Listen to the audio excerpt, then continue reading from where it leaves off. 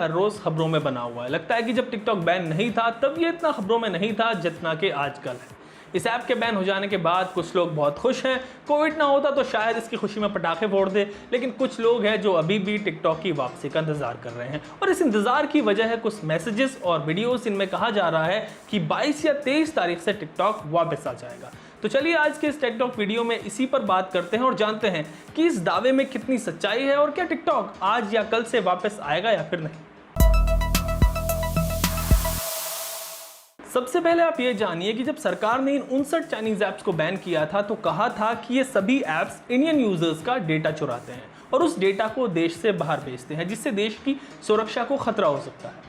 Ban करने के बाद सरकार ने इन सभी ऐप्स को 79 क्वेश्चंस की एक लिस्ट भेजी थी और उस पर इनसे जवाब मांगा था। 79 क्वेश्चन की इस लिस्ट में चाइनीज ऐप्स के ओरिजिन और इनकी पेरेंट कंपनीज के बारे में सवाल पूछे गए थे। इन ऐप से यह भी पूछा गया था कि इनकी फंडिंग कैसे होती है और डेटा को स्टोर करने के लिए किन सर्वर्स का इस्तेमाल करते हैं। और अकॉर्डिंग टू रिपोर्ट्स इन सवालों का जवाब देने के लिए इन ऐप्स को 22 जुलाई तक का वक्त दिया गया था और कहा गया था कि अगर ये ऐप्स 22 जुलाई तक अपना रिप्लाई फाइल नहीं करते हैं तो इन पर लाइफ टाइम बैन भी लग सकता है। तो ये जो 22 जुलाई की डेडलाइन इन ऐप्स को जवाब देने के लिए मिली थी, इससे लोगों को लगा कि 22 या फिर 23 जुलाई से टिकटॉक फिर से वापस आ जाएगा। वैसे जब ये सवाल सरकार ने इन ऐप से पूछे थे तब भी हमने टिकटॉक का वीडियो आपके लिए बनाया था और उसमें यह भी कहा था कि सरकार ने इन ऐप्स को रिप्लाई फाइल करने के लिए 22 जुलाई का वक्त दिया है।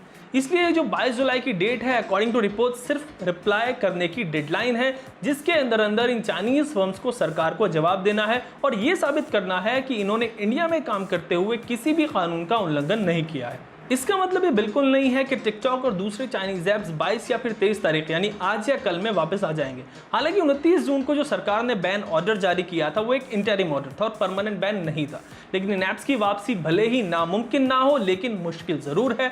और आप ये मानकर चलिए कि नियर फ्यूचर में तो इनमें से कोई भी ऐप वापस आने वाला नहीं है। इनका जवाब जब सरकार को मिलेगा, सरकार उसको देखेगी और फिर एक पूरा प्रोसेस होगा जिसके बाद गवर्नमेंट आगे कोई एक्शन लेगी। अगर सरकार इनके जवाब से सेटिस्फाइड नहीं होगी और उसको लगेगा कि ये ऐप लॉ को फॉलो नहीं कर रहे थे तो इन पर लगे बैन को एक्सटेंड किया जाएगा।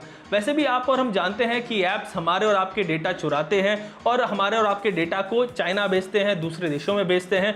आप कहाँ जाते हैं, किससे बात करते हैं, हर चीज़ का एक्सेस ये चोरी छुपे आपसे लेते हैं। जब भी आप इन ऐप्स को अपने फ़ोन में इंस्टॉल करते हैं तो ये परमिशन मांगते हैं और उसके थ्रू आपका डेटा चुराते हैं, तो इनका बैन रहना ही अच्छा है। वैसे भी अब इनके काफ़ी सारे अल्टरनेटिव ऐप्स आ गए हैं, आप उनको यूज़ कीजिए, लेकिन उनमें भी आप चेक कीजिए कि कहीं कोई ऐप ज़रूरत से ज़्यादा परमिशन तो नहीं ले रहा है। चाहे कोई भी ऐप हो, मेड इन यूएस हो, मेड इन चाइना हो या फिर मेड इन इंडिया हो, आपके डेटा को सेफ रखने की पहली जिम्मेदारी आपकी है और आप इसका ख्याल रखें। तो आज या कल में टिकटॉक वापस नहीं आ रहा है, इस मामले पर जो भी अपडेट होगा वो मैं आप तक पहुंचा दूंगा।